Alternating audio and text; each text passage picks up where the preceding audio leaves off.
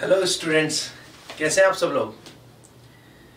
ज्ञानदू 2.0 channel में आपका फिर से स्वागत है। मैं डॉक्टर अरुण गोयल। पिछली क्लास में हमने मेरी जो फर्स्ट वीडियो था उसमें हमने काइनेटिक थ्योरी ऑफ गैस का एक टॉपिक काइनेटिक गैस इक्वेशन के बारे में हमने डिस्कस किया था। उसी के कंटिन्यूएशन में हम आगे बढ़ रहे हैं। कुछ टॉपिक मैं डिस्कस कर चुका था, उसी के कंटिन्यू में हम आगे बात करेंगे कि जैसे कि कल मैंने लास्ट क्लास में मतलब मेरे लास्ट वीडियो में मैंने बात करी थी कि the pressure which is applied by the gases molecule on the wall of container, कि पात्र की दीवारों पर गैसों के अणुओं द्वारा जो लगाया गया दाब होता है वो कैसे अपन निकालते हैं, उसके बारे में हम बात करेंगे। तो ये चीजें धीरे धीरे आपको समझती भी चलनी है, जिससे कि इक्वेशंस भी आपको क्लियर हो और कंसेप्ट भी आपके क्लियर होते जाए। तो देखिए, मैंने पहले से स्लाइड्स बना रखी है जिससे कि थोड़ा स्पीड अप रहेगा। The pressure of the gas is due to the collision of molecule with the wall of container। जैसा कि हम पहले भी बात कर चुके हैं कि तो गैसों के अणुओं के द्वारा जो लगाया गया दाब होता है वो किसकी वजह से होता है, और द गैस कोलिजन उस पात्र की दीवार के साथ टक्कर खाने से। जैसा कि मैंने आपको बताया कि जब कोई भी गैस के अणु जो है पात्र की दीवार पर टक्कर मारेंगे तो वहां पे फोर्स क्रिएट होता है। क्या क्रिएट होता है? फोर्स। जैसे मैं सीधा चल रहा हूं कोई दिक्कत नहीं है, लेकिन सामने से कुछ भी आएगा तो मैं रुकूंगा एक बार, तो एक फोर्स लगता है। तो जैसे कोई अणु दीवार पे हिट मारेगा तो वहां पे फोर्स क्रिएट होगा, और उस दीवार का जो एरिया है, तो फोर्स बटे एरिया मतलब बल डिवाइडेड बाय क्षेत्रफल क्या होता है? प्रेशर होता है। क्या होता है? तो अभी अपन बात कर रहे थे इसके बारे में। तो मैंने ये कहा था कि जो फोर्स बटे एरिया जो है वो प्रेशर है, ये हम बात कर चुके हैं पहले ही। अब फोर्स क्या है उसको निकाल लेंगे, ये पहले बात कर चुके थे ना यहां तक हम। तो फोर्स होता है change in momentum divided by time. Change in momentum divided by time. यहां पे देखिए, जहां पे मैंने यहां पे इसको सर्किल किया है, change in momentum divided by time, it is a force. ये एक स्टैंडर्ड फार्मूला है फोर्स का, बल का। बल बराबर संवेग में परिवर्तन डिवाइडेड बाय परिवर्तन में लगा समय। मैं क्या करना चाह रहा हूं, मैंने आपको फिर पिछले वीडियो में भी बताया था कि हम किसी एक अणु का एक्स दिशा में निकाल रहे हैं। उसको तीनों दिशाओं से निकाल लेंगे तो उस एक अणु के द्वारा लगाया गया दाब निकल जाएगा। फिर उसको नंबर ऑफ मॉलिक्यूल से मल्टीप्लाई कर देंगे तो कुल अणुओं के द्वारा निकल जाएगा। ये बेसिक सी थ्योरी मैंने आप लोगों को कितनी बार रिपीट कर दी है, समझ में आ रहा है सब लोगों को? ठीक है। तो बात यह है कि the total change in momentum is 2 mvx। ये कैसे होगा मैं आपको बता चुका हूं, याद हो तो। मैंने ये इसका एक फिनोमेना, एक पोस्टुलेट और है गैसों के अणुगतिक समीकरण की, जिसके बारे में मैं ऑलरेडी बात कर चुका हूं कि the collisions are elastic in nature. हर चीज को जोड़ना है हमें, हर चीज के बारे को लिंक करना है कि ऐसा नहीं है कि मैंने एक थ्योरी पढ़ा दी और उसका कोई लिंक ही नहीं है। नहीं, हर चीज को उस पोस्टुलेट का मीनिंग क्या है और वो हमें क्या काम आने वाली है। इलास्टिक है तो इलास्टिक का मतलब क्या है कि जब भी कोई मॉलिक्यूल किसी दीवार पर टकराएगा तो उसकी काइनेटिक एनर्जी में कोई परिवर्तन नहीं होगा, कम नहीं होगी, ज्यादा नहीं होगी, उसके संवेग में कोई परिवर्तन नहीं होता। इसको बोलते हैं प्रत्यास्थ टकरें। क्या बोलते हैं उसको? प्रत्यास्थ टकरें। सो कहने का मतलब यह है कि जब कोई मॉलिक्यूल इस तरीके से टकराता है, ये मॉलिक्यूल है, ये मॉलिक्यूल इस दीवार पे टकराया और टकरा करके वापस लौट आया, तो सपोज कीजिए कि उसका पहले जो संवेग था वो कितना था? mv। एक्स डायरेक्शन की बात कर रहे हैं, पहले से मैं बता रहा हूं आप लोगों को किसकी बात कर रहे हैं, एक्स डायरेक्शन की बात कर रहे हैं। तो mvx था, तो लोड करके वापस आएगा तो उसका समय कितना हो जाएगा? माइनस mvx, जिसके बारे में ऑलरेडी बात कर चुका हूं। माइनस क्यों? Because momentum is a vector quantity. Vector quantity का मतलब होता है सदिश राशि जो दिशा पे डिपेंड करती है। परिमाण के साथ साथ it depends upon magnitude as well as direction. So magnitude तो mvx है, बट डायरेक्शन चेंज हुई है, सो प्लस की जगह माइनस आ गया। सो अगर टोटल चेंज इन मोमेंटम निकालूंगा तो वो कितना निकल करके आएगा? mvx minus mvx। सो ये आ जाएगा टोटल 2 mvx। 2 mvx, इस 2 mvx को हमने यहां पे लिखा, ये देख सकते हैं यहां पे 2 mvx। This is the change in momentum when A gas molecule hit on the wall of container. That is the point कि उसके संवेग में कितना परिवर्तन होगा? 2 mvx। अब देखो वापस से थ्योरी समझ लीजिए, संवेग में परिवर्तन निकल जाएगा, टाइम निकाल लूंगा तो फोर्स निकल जाएगा, फोर्स निकल जाएगा डिवाइडेड बाय क्षेत्रफल कर दूंगा तो प्रेशर निकल जाएगा, प्रेशर निकल जाएगा तो सब कुछ निकल जाएगा, प्रेशर निकल जाएगा तो सब कुछ निकल जाएगा। यही तो गतिक समीकरण है अणुओं की। क्या है? यही तो गतिक समीकरण है। चले आगे। ठीक है, अब देखिए आगे, तो ये मैंने बताया ना mx माइनस mvx, ये पहले टक्कर खाया, वापस यूं है 2mvx, इसके चेंज नहीं। यहां तक हम पहले बात कर चुके थे, थोड़ा सा रिवीज करके इसको स्पीड अप किया है। आगे देखिए next,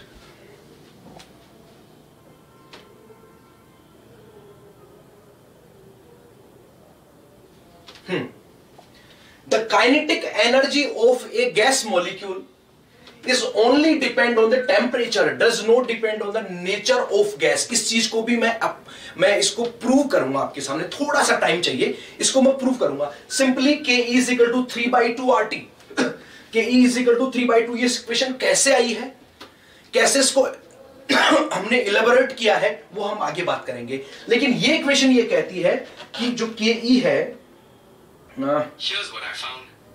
Ke kinetic energy is directly proportional to temperature. Kinetic energy directly proportional to temperature means क्या है, ये इंपॉर्टेंट लाइन नोट कर लेना कि the kinetic energy of gaseous molecule, चूंकि ये kinetic theory of gas it only apply for ideal gases, तो मैं एक बार ideal gas के बारे में बात करूंगा। हमेशा केवल और केवल टेम्परेचर पे डिपेंड करता है। टेम्परेचर बढ़ेगा तो काइनेटिक एनर्जी भी बढ़ेगी, टेम्परेचर कम होगा तो काइनेटिक एनर्जी भी कम होगी। क्लियर है? कैसे होगी आगे बात करेंगे, but it is a postulate of kinetic theory of gases equations. So ध्यान रखिएगा, काम आने वाली चीज है। नेक्स्ट, अभी इसके लिए इतना ही, आगे बढ़ते हैं। Volume occupied is a very important. Next postulate is volume occupied by gaseous molecule is negligible compared to the total volume of gas. ये it is only for ideal gas। समझिए कि जितना मैं इसको थोड़ा सा हिंदी में एक्सप्लेन कर रहा हूं कि आइडियल गैस जो होती है, आदर्श गैसें होती हैं, जिनको आप किसी कमरे में अगर मान लीजिए आप उसके अंदर आइडियल गैस रख देते हैं, किसी भी पात्र में रख देते हैं, तो बिकॉज आप पहले पढ़ चुके कि there is a no force of attraction as well as force of repulsion present in between the gases molecule of ideal gas. You know, आदर्श गैस के अणुओं के बीच में किसी प्रकार का कोई प्रतिकर्षण बल, आकर्षण बल नहीं होता है। We know because it is also a postulates. तो अब जब हम उस किसी पात्र में उसको छोड़ते हैं तो वो पूरे पात्र के आयतन को एक्वायर कर लेती है। लेकिन अगर मैं सारे मॉलिक्यूल्स को, उस आदर्श गैस के सारे मॉलिक्यूल्स को इकट्ठा करके और अगर श्रिंक कर दूं, मैं प्रेशर को अप्लाई करूं और उसका एक्चुअल वॉल्यूम निकालूं, तो the actual volume of a ideal gas is negligible compare to the volume occupied by ideal gas. क्या मतलब है इसका, कि अगर मैं इस पात्र में इस आइडियल गैस को छोड़ता हूं तो बिकॉज अणुओं के मध्य कोई आकर्षण बल नहीं है, कोई प्रतिकर्षण बल नहीं है समय, तो जितना बड़ा आयतन होगा उसमें पूरे में वो फैल जाएगी, स्प्रेड हो जाएगी। क्लियर है? लेकिन अगर मैं सारे मॉलिक्यूल को पकड़ के इकट्ठा कर दूं तो उसका वॉल्यूम जो है, ये देखिए ये वाला इतना सा निकलेगा, और ये वॉल्यूम इस पूरे वॉल्यूम की तुलना में नगण्य माना गया है। This is the hypothesis, this is the postulate, and very very important thing is that क्या, कि ये पोस्टुलेट्स रियल गैस पे अप्लाई नहीं होती है। This is the big difference, ये मैं कह दूं the limitation of this kinetic gas equation, कि ये पर्टिकुलर जो पोस्टुलेट है, it is only and only apply for ideal gas, not for real gas, not for real gas. तो ये अभी आगे जब अपन रियल गैस के लिए बात करेंगे, van der Waals gas equations वगैरह में चलेंगे, तब आपको बताएंगे। इंटरेस्टिंग है, समझिए। तो ये एक्चुअल वॉल्यूम जो है compare to volumes occupied by the ideal gas की तुलना में नगण्य होगा, negligible. It is not applicable for real gas. कुछ पोस्टुलेट्स हैं जो बिल्कुल भी अप्लाई नहीं होती है रियल गैस के लिए, उसमें से एक है the total volume of gas या कंटेनर की तुलना में ये जो एक्चुअल वॉल्यूम है, सारे मॉलिक्यूल को पकड़ के इकट्ठा करूं तो उनके बीच में उनका जो वॉल्यूम जो एक्वायर करेंगे वो बहुत कम होगा। अब आप कहेंगे कि रियल गैस के लिए क्यों नहीं अप्लाई होता, वो इसलिए नहीं होता क्योंकि रियल गैस के मॉलिक्यूल्स के अंदर फोर्स ऑफ अट्रैक्शन भी होता है एंड फोर्स ऑफ रिपल्शन भी होता है।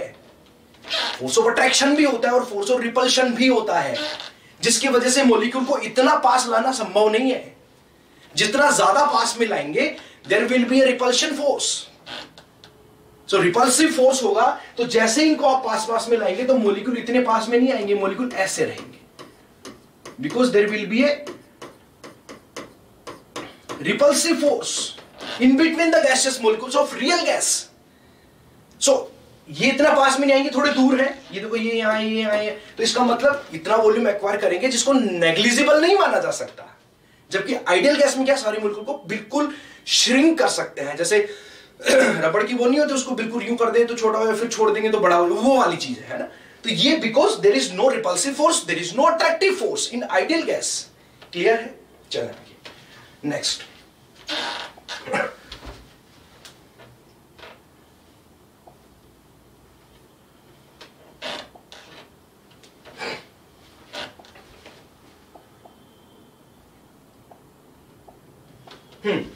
Next 7, there is no force of attraction among the gaseous molecule। जैसा मैंने आपको कहा, it is also only and only applicable for ideal gaseous molecules because real gas molecules के बीच में अट्रैक्टिव फोर्स भी होते हैं और रिपल्सिव फोर्स भी होते हैं। जब लो प्रेशर पे चलते हैं तो अट्रैक्टिव फोर्स काम करते हैं, जब हाई प्रेशर की बात आती है तो रिपल्सिव फोर्स काम करते हैं। और इसका एग्जांपल मैं आपको ये दे दूं कि जिस प्रकार से we can only liquefy the real gas molecules, not ideal gas molecules. अब लिक्विफाई कैसे हो सकती है कोई भी गैस? जब उन मॉलिक्यूल्स को पास में लेके आएंगे तो उनके बीच में अट्रैक्टिव फोर्स होगा, तभी तो वो एक दूसरे के पास में आएंगे। और अगर अट्रैक्टिव फोर्स नहीं है तो जैसे आप प्रेशर को हटाएंगे वापस दूर दूर चले जाएंगे, जैसा कि आइडियल गैस में देखने को मिलता है। लेकिन रियल गैस में क्या होता है? फोर्स ऑफ अट्रैक्शन काम करते हैं, इसलिए जैसे मॉलिक्यूल को पास में लाते हैं वो अट्रैक्टिव होकर के लिक्विड में कन्वर्ट हो जाते हैं, बिकॉज लिक्विड के अंदर मॉलिक्यूल पास पास में होते हैं compare to gaseous state. So ideal gas कभी लिक्विफाई नहीं हो सकती, उनका द्रवीकरण संभव नहीं है। द्रवीकरण संभव है केवल और केवल रियल गैस मॉलिक्यूल्स के लिए, ये you know very well that. तो इसलिए अपन कह सकते हैं आइडियल गैस के लिए ये हाइपोथेसिस या मैं कहता हूं पोस्टुलेट अप्लाई होती है, रियल गैस के लिए अप्लाई नहीं होती है। ये सेकंड पोस्टुलेट जो रियल गैस के लिए अप्लाई नहीं होती है, ठीक है। 8th, no gravitational force apply on gases molecule, motion of gas molecule straight line. ये मैं ऑलरेडी डिस्कस कर चुका हूं पिछले वीडियो में, आप देख पाएंगे। ज्ञानदूत 2.0 चैनल के फर्स्ट वीडियो जो मेरा था उसके अंदर मैंने इसके बारे में डिस्कशन किया था कि जैसे मैं किसी भारी वस्तु को, हैवी मटेरियल को ऊपर की तरफ फेंकता हूं तो बिकॉज उसके ऊपर ग्रेविटेशनल फोर्स लगता है इसलिए वो वापस नीचे की तरफ आती है। अगर ग्रेविटेशनल फोर्स नहीं लगेगा तो अगर मॉलिक्यूल यूं चल रहा है तो वो सीधा ही चलता जाएगा। तो मैं मानता हूं कि because the gaseous molecules are light in nature, so वो बिल्कुल स्ट्रेट लाइन में चलते हैं। ये बात कर चुके हैं इसलिए मैंने इसको यूं दिखाया। क्लियर है भाई सब लोगों को? चले आगे, ठीक है। नेक्स्ट, हाँ, रूट मीन ये भी बीच में बताना जरूरी है, क्यों? क्योंकि इसके बिना आगे इक्वेशन में दिक्कत आएगी, ठीक है। हाँ, तो देखिए, root mean square velocity of gases molecules. इसका मतलब क्या है? वर्ग माध्य मूल वेग। क्या बोलेंगे इसको?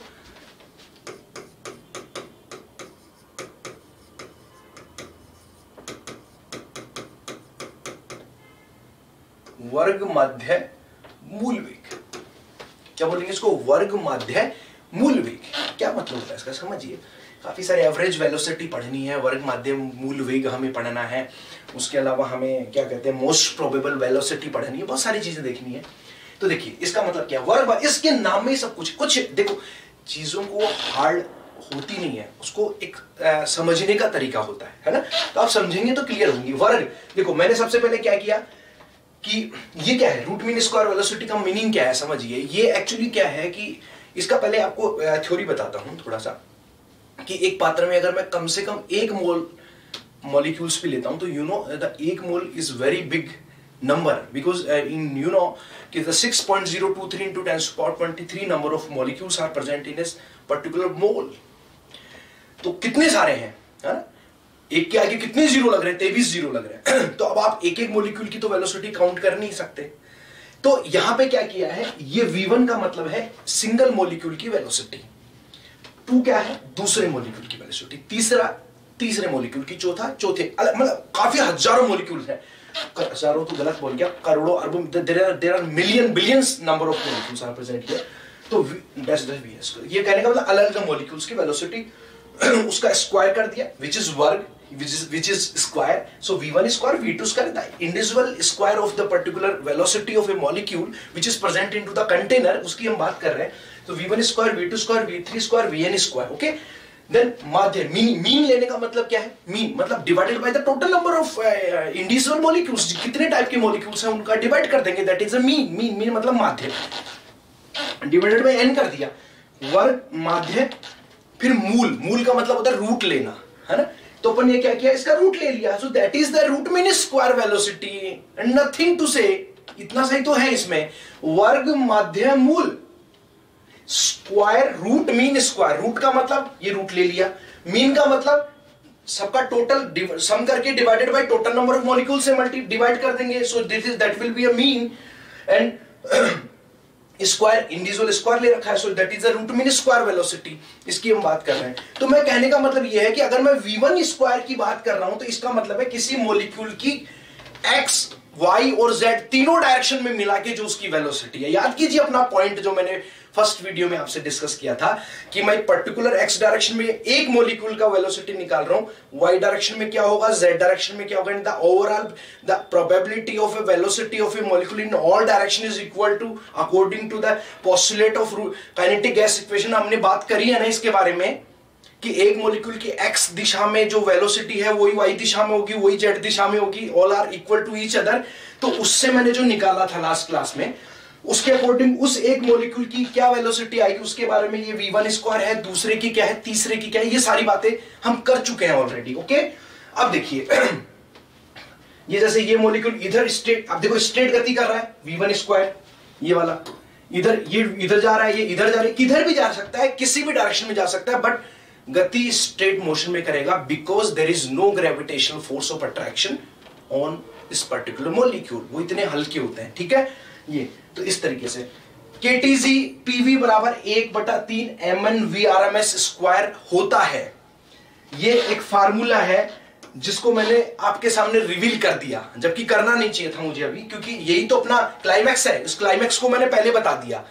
PV बराबर 1/3 MnVRMS स्क्वायर, ये kinetic theory of gas equation का लास्ट इक्वेशन है जो हमें फाइंड आउट करना है, जिसके लिए हम फोर्स निकाल रहे हैं, जिसके लिए हम एरिया निकाल रहे हैं, मतलब क्षेत्रफल निकाल रहे हैं, जिसके लिए हम टाइम निकाल रहे हैं, जो भी निकाल रहे हैं, लेकिन वो लास्ट में यही इक्वेशन आनी है, PV बराबर 1/3 MnVRMS स्क्वायर। और ये आपकी BSc फर्स्ट ईयर की जो किताब होती है उसके अंदर ये इक्वेशन लिखी हुई होती है, ये सबको याद रखनी होती है, लेकिन ये आती कैसे है वो मैं आप लोगों को डिटेल में समझा रहा हूं। समझ में आ रहा है सब लोगों को? ठीक है, ये लास्ट इक्वेशन है KTG की जो हमें बनानी है। यहां तक क्लियर हुआ सब लोगों को? रूट मीन स्क्वायर वेलोसिटी अलग अलग मॉलिक्यूल्स की, क्योंकि हजारों मॉलिक्यूल, करोड़ों, बिलियंस मॉलिक्यूल है, तो एक की वेलोसिटी v1, तो v1 स्क्वायर। ठीक है, नेक्स्ट देखिए, अब ये है डेरिवेशन, इसको निकालने का मजा आएगा, इसके अंदर देखना, इसमें क्या आएगा, मजा आएगा इसको करने या सोल्व करने में। क्यों? क्योंकि हम इसका जो बेसिक्स हैं, जो हम इसका जो क्या कहते हैं कि इसका जो फाउंडेशन है वो हम बहुत अच्छे से कर चुके हैं। अब देखना अब इसको कैसे करेंगे। तो मैं बात करता हूं वापस से कि ये सपोज कीजिए एक मॉलिक्यूल है, ये वाला, ये x दिशा है, ये y दिशा है और ये z दिशा है। क्लियर है सब लोगों को? किसी भी डायरेक्शन में गति कर सकता है बिकॉज सब रेंडमली मोशन करते हैं। ठीक है, मैं आपको फिर से कह रहा हूं कि मैं इस मॉलिक्यूल की, एक मॉलिक्यूल की v1 मतलब एक मॉलिक्यूल की वेलोसिटी निकाल रहा हूं, लेकिन उस v1 के भी 3 पार्ट हैं, vx, vy और vz। उस एक मॉलिक्यूल की कितने पार्ट हैं?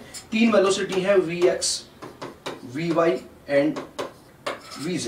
x डायरेक्शन में, y डायरेक्शन में, z डायरेक्शन में, तीनों बराबर होती हैं, उससे मैं v1 निकालूंगा। ऐसे दूसरे मॉलिक्यूल की v2, तीसरे की v3, चौथे की v4, पांचवें की v5, और सबका रूट मीन स्क्वायर निकाल दूंगा। तो ओवरऑल एक ये सब एवरेज वेलोसिटी है कि एक मॉलिक्यूल की कैसे क्या वेलोसिटी होती है, सबको मिला करके v1 square, v2 square, v3 square divided by n mean निकाल लिया और उसका स्क्वायर रूट कर दिया, so that is a root mean square velocity, वर्ग माध्यम मूल वेग एक मॉलिक्यूल के लिए डिवाइडेड बाय n किया है ना अपन ने, डिवाइडेड बाय n किया ना, उसमें n से भाग लगाया है नीचे, इसलिए रूट मीन स्क्वायर वेलोसिटी एक मॉलिक्यूल के लिए निकल के आई है। नीचे n का भाग लगाने का मतलब एक मॉलिक्यूल के लिए आ गया ना वापस से। ठीक है, तो देखिए चेंज इन मोमेंटम वापस से ड्यू टू इलास्टिक कोलिजन हम बात कर चुके हैं, mx माइनस mvx, तो total change in momentum 2mvx बात कर चुके हैं। Distance travelled by A collision, क्योंकि मुझे पता है कि मोमेंटम संवेग में परिवर्तन बटे परिवर्तन में लगा समय किसके बराबर होता है? बल के बराबर होता है, और बल बटा क्षेत्रफल प्रेशर के बराबर होता है। ये दो फॉर्मूले में कितनी देर से बोल रहा हूं, पिछली वीडियो में भी बोल रहे थे और अभी भी बोल रहा हूं कि आपको क्लियर हो जाए। तो संवेग में परिवर्तन निकाल लिया, डिस्टेंस ट्रेवल, क्योंकि संवेग में परिवर्तन बटे, अरे भाई डेल्टा फोर्स क्या है, delta P upon delta T तो है, delta P upon delta T तो है, तो डेल्टा पी आ गया। अब टी निकालना है, टाइम कितना लगा उस टक्कर में,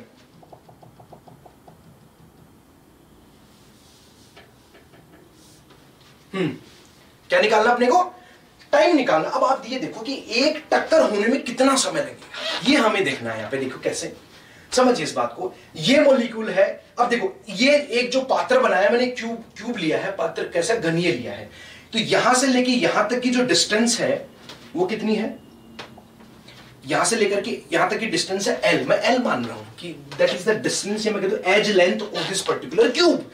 तो एक मॉलिक्यूल सपोज कीजिए इस दीवार से लेके उस दीवार तक जाता है, टक्कर खा के वापस आ जाता है, यहां से गया और टक्कर खा के वापस आ गया, तो यहां से कितने, ये एक कोलिजन हो गई, फिर दोबारा गया, फिर वापस आया, दूसरी टक्कर, तीसरी में गया, जो वापस आ गया, वापस गया, वापस आ गया। तो एक टक्कर करने में वो कितनी दूरी तय कर रहा है, कितना दूरी तय कर रहा है, डिस्टेंस कितनी ट्रेवल कर रहा है, बिकॉज मुझे टाइम निकालना है, मुझे टाइम निकालना है। बट टाइम कैसे निकलेगा, बताओ टाइम कैसे निकलेगा, टाइम निकलेगा, आपको पता है चाल बराबर क्या होता है, वेलोसिटी बराबर क्या होता है, डिस्टेंस बटे टाइम होता है कि नहीं होता भाई, हाँ भाई बताओ तो जरा। अरे ये तो सबको पता है, जो समय होता है, या मैं कह दूं हिंदी में अपन बोलते हैं चाल बराबर दूरी बटा समय, मतलब वेलोसिटी, चाल का मतलब velocity, speed is equal to distance divided by time, is divided by time, divided by time। तो मुझे यहां पे टाइम निकालना है, तो मैं टाइम के लिए क्या करूंगा, distance divided by velocity. Velocity मेरे पास में है, वेलोसिटी मेरे पास में है, which is vx upon x direction में, भाई मैं बार बार यूं तो टक्कर लगा रहा हूं, तो ये vx ही तो हुई, x डायरेक्शन में, y की बात में कर लेंगे। तो वेलोसिटी मेरे पास में है, डिस्टेंस अगर मैं निकालूं तो टाइम निकल के आ जाएगा। कितना टाइम लगता है एक टक्कर लगने में, वेलोसिटी vx मेरे पास है, यू नो vx मतलब x डायरेक्शन उसकी वेलोसिटी, एक मॉलिक्यूल के लिए vx है, ये कितनी है, ये है भाई, ये है vx। अगर मैं डिस्टेंस निकालूं तो मैं ये कहना चाह रहा हूं कि,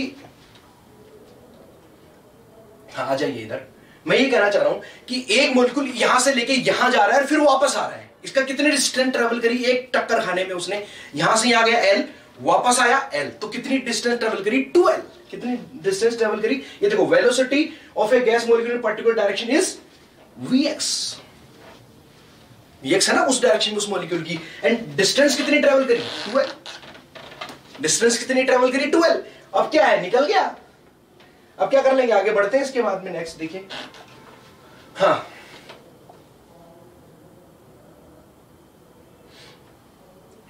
force exerted by A gas molecule on the wall of container, कि एक मॉलिक्यूल के द्वारा उस पात्र की दीवार पे लगाया गया जो बल है वो कितना होगा, कितना होगा, देखिए delta P upon delta T, delta P upon delta T, अपन कितनी देर से बात कर रहे हैं, डेल्टा पी कितना है ये सब मैंने बता दिया आपको, डिस्टेंस बटे वेलोसिटी।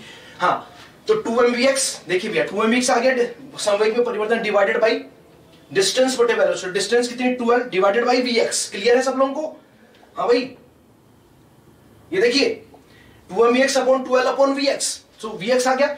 अच्छा vx को ऊपर ले जाओ, 2 से 2 कैंसिल आउट हो गया, ठीक है, तो क्या बच गया mvx square upon l, clear है, हाँ भाई क्लियर है यहां तक। अब देखिए ये कहानी क्या कह रहा है यहां पे, इधर क्या रह गया, इसको भी देख लीजिए, ये पहले वीडियो में बात करी थी मैंने क्या, कि v1 square is equal to 3vx square, याद कीजिए मैंने वहां पे लिखा था v1 is equal to vx square plus vy square, याद कीजिए। फिर मैंने कहा था according to the postulate of kinetic gas equation vx is equal to vy and vy is equal to vz, so तीनों को v1 मान लेंगे, तो क्या कह देंगे इसको, v1 is equal to 3vx square बोला था, तो इसको बोल देंगे, अगर इसको स्क्वायर करते हैं तो ये 3vx स्क्वायर, बोला था कि नहीं बोला था। तो मैं अगर Vx को V1, अब देखो ऐसा क्यों किया जा रहा है आप समझिए, क्योंकि अगर ये मेरी जो टर्म आ रही है Vx की रेस्पेक्ट में आ रही है देखिए, लेकिन Vx का मतलब तो ये हुआ ना कि उस मॉलिक्यूल की एक पर्टिकुलर दिशा में गति, अब मुझे निकालनी है टोटल गति तीनों दिशाओं में मिला के, तो मैं x की जगह V1 लेना चाहता हूं। तो मैंने यहां पे लिखा था ना, आपको याद हो तो, कि Vx square is equal to 1/3 V1 square. ये देखो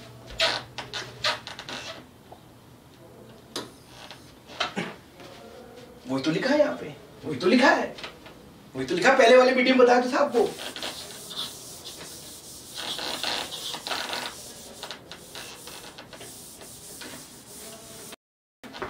ठीक है भाई, तो इसको मैं इसमें कन्वर्ट कर दिया, तो फोर्स बराबर क्या आ गया देखो, M/L को मैंने अलग ले लिया, इसको और इसको, M/L आ गया।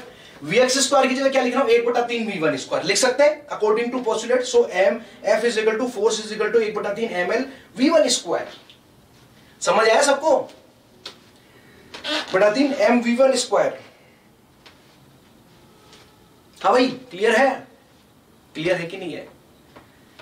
ठीक है, आया समझ में ये वाला। अब इसको तो फटाफट से ये वो देख लीजिए। हाँ ये, अब ये इसको, क्योंकि इसको फिनिश करते हैं इस वीडियो में। हाँ अब ये देखिए, ये क्या आ गया, F बराबर 1/3 ml V1 स्क्वायर। अब प्रेशर निकालना है ना मुझे, लास्ट में प्रेशर, क्यों फोर्स निकाल चुका हूं मैं, प्रेशर बराबर force upon area, force upon area. Force कितना, 1/3 ml V1 स्क्वायर। अच्छा एरिया क्या है, एरिया क्या है, क्या है देखिए, इधर आइए,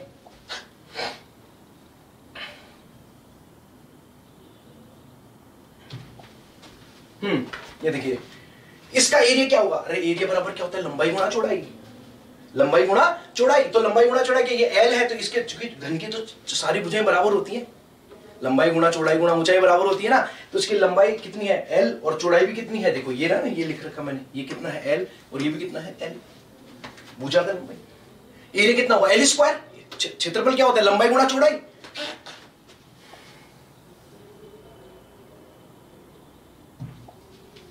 ये देखो, तो L स्क्वायर कर दिया, क्या कर दिया इसको, L स्क्वायर कर दिया 1/3, और ये L को नीचे ले आओ, इस वाले L को क्या कर लेंगे, यहाँ नीचे ले आएंगे, तो ये क्या हो जाएगा, L क्यूब हो जाएगा m V1 स्क्वायर। क्लियर हुआ भाई सबको, यहां तक प्रेशर निकाल लिया अपन ने। कहीं कोई दिक्कत है क्या, ये बहुत, ये मान के चलो कि आपका बहुत बड़ा काम होने वाला है, इससे बुक में समझ ही नहीं आता क्या लिखा हुआ है, पूरी काइनेटिक गैस इक्वेशन पढ़ लेते हैं, समझ नहीं आता, और काइनेटिक गैस इक्वेशन समझ में नहीं आया तो टेंशन मत लेना, फिर गैस स्टेट भी समझ नहीं आएंगी। क्यों, क्योंकि पूरा वो उसका जैसे थर्मोडायनेमिक्स के लॉ है, first law, second law, third law, वो समझ में नहीं आया तो आगे थर्मोडायनेमिक्स समझ में नहीं आएगी। वैसे गैस इक्वेशन समझ नहीं आई तो फिर आगे रियल गैस समझने का सवाल ही नहीं है ना, तो इसलिए इसको देखना जरूरी है। तो P, अब देखो ये क्या, L क्यूब क्या है, आप बताइए L क्यूब क्या है, लंबाई गुणा चौड़ाई बराबर क्षेत्रफल, तो लंबाई गुणा चौड़ाई गुणा ऊंचाई बराबर वॉल्यूम, आयतन, आयतन बराबर लंबाई गुणा चौड़ाई गुणा ऊंचाई होता है कि नहीं होता, और तीनों बराबर होती है घन के लिए। तो L क्यूब की जगह मैं क्या लिख सकता हूं, V, it is the volume, आयतन, उस घनीय आयतन, पात्र का आयतन। सो PV, इसको V बोला, V को इधर ले गए, तो ये क्या हो गया PV, PV बराबर 1/3 m V1 स्क्वायर। अब आपको ये समझ आना चाहिए कि व्हाट इज अ V, क्योंकि मैं इतना सब बता रहा हूं तो फिर मीनिंग तो क्लियर होना चाहिए ना। V का मतलब है, सॉरी, इस V1 का मतलब क्या है, यहां पे वॉल्यूम नहीं है, उस एक सिंगल मॉलिक्यूल की वेलोसिटी है सभी दिशाओं को मिला करके, कि एक मॉलिक्यूल हर संभव कितनी गति कर सकता है, चाहे वो x दिशा में हो, y दिशा में हो, चाहे z दिशा में हो, एक सिंगल मॉलिक्यूल, ये 4 मॉलिक्यूल, ये समझ आना चाहिए आपको। मैं कितनी देर से बोल रहा हूं, x में निकाला, फिर y में, फिर z में, तीनों को मिला के V1। फॉर n मॉलिक्यूल्स क्या करेंगे, n मॉलिक्यूल क्या, अरे भाई एक ही मॉलिक्यूल थोड़ी, हजारों, मैंने बताया नंबर ऑफ बिलियंस मॉलिक्यूल्स होते हैं, तो n मॉलिक्यूल के लिए 1/3 mv1 square, mv2 square, mv3 square, mv4 square, mv5 square, you know, सबके लिए तो लास्ट में mvn स्क्वायर, ऐसे कर लेंगे। 1/3 m कॉमन ले लो तो V1 square plus V2 dash dash dash. ठीक है, ध्यान दीजिए मैं क्या करने वाला हूं, समझिए, थोड़ा थोड़ा आइडिया लग रहा होगा आप लोगों को कैसे, अगर मैं इसको n से मल्टीप्लाई कर दूं और n से डिवाइड कर दूं, क्योंकि मैंने आपको रूट मीन स्क्वायर मजे लेने के लिए नहीं बताया, कॉमेडी नहीं चल रही यहां पे। रूट मीन स्क्वायर जो वेलोसिटी बताई है वो इसलिए नहीं बताया मैंने आप लोगों को, वो कुछ कारण था, क्योंकि यहां पे मुझे उसको यूज करना है ना बच्चा, क्या करना है, उसको यूज करना है। तो मैं क्या करूंगा, n डिवाइडेड बाई n, तो 1/3 n को इधर ले आओ, एक्स्ट्रा, अब n से मल्टीप्लाई करो, n से डिवाइड करो, कोई फर्क नहीं पड़ेगा ना इक्वेशन पे, तो n को इधर ले आओ, डिवाइडेड बाई n, ये हो गया। अब आप देखो कि अगर इसका स्क्वायर कर दूं, रूट कर दूं इसका, तो ये रूट मीन स्क्वायर वेलोसिटी होगी ना v1 square v2 square upon n का। तो अगर रूट मीन स्क्वायर नहीं करूं तो फिर VRMS स्क्वायर लिख दो। अरे अगर इसका यूं होता, ये अगर ये आता तो मैं इसको किसके बराबर करता, VRMS। लेकिन अगर मैं इसका स्क्वायर कर दूं तो ये रूट हट जाएगा, तो इसलिए यहां पे VRMS स्क्वायर आ गया। PV बराबर 1/3 mn VRMS स्क्वायर, जो हमने अभी थोड़ी देर पहले आपको मैंने कहा था कि हम उसको निकालने वाले हैं। कहां पे है वो, ये रहा, ये मैंने कहा था 1/3 mn VRMS स्क्वायर, कि मैं आगे जाके इसको समझाने वाला हूं। तो कुल मिलाकर के बच्चों हमने क्या किया है, इसमें हमने ये किया है, सबसे पहले प्रेशर निकाला। प्रेशर कैसे निकाला, फोर्स बटे एरिया। फोर्स कैसे निकाला, change in momentum divided by time. इन सबसे करके हमने एक kinetic theory of gas equation बना दी, जो आप लोगों को बुक में मिलती है, और वो कैसे होती है आप लोगों को समझ आया, क्लियर हुआ। बाकी का नेक्स्ट, अभी इसमें सारा, अभी क्या नाम है, क्या कहते हैं इसको, अभी इसका क्लाइमेक्स बाकी है, और आगे भी बहुत सारी चीजें हैं जो हम नेक्स्ट वीडियो में देखेंगे। ठीक है, थैंक यू।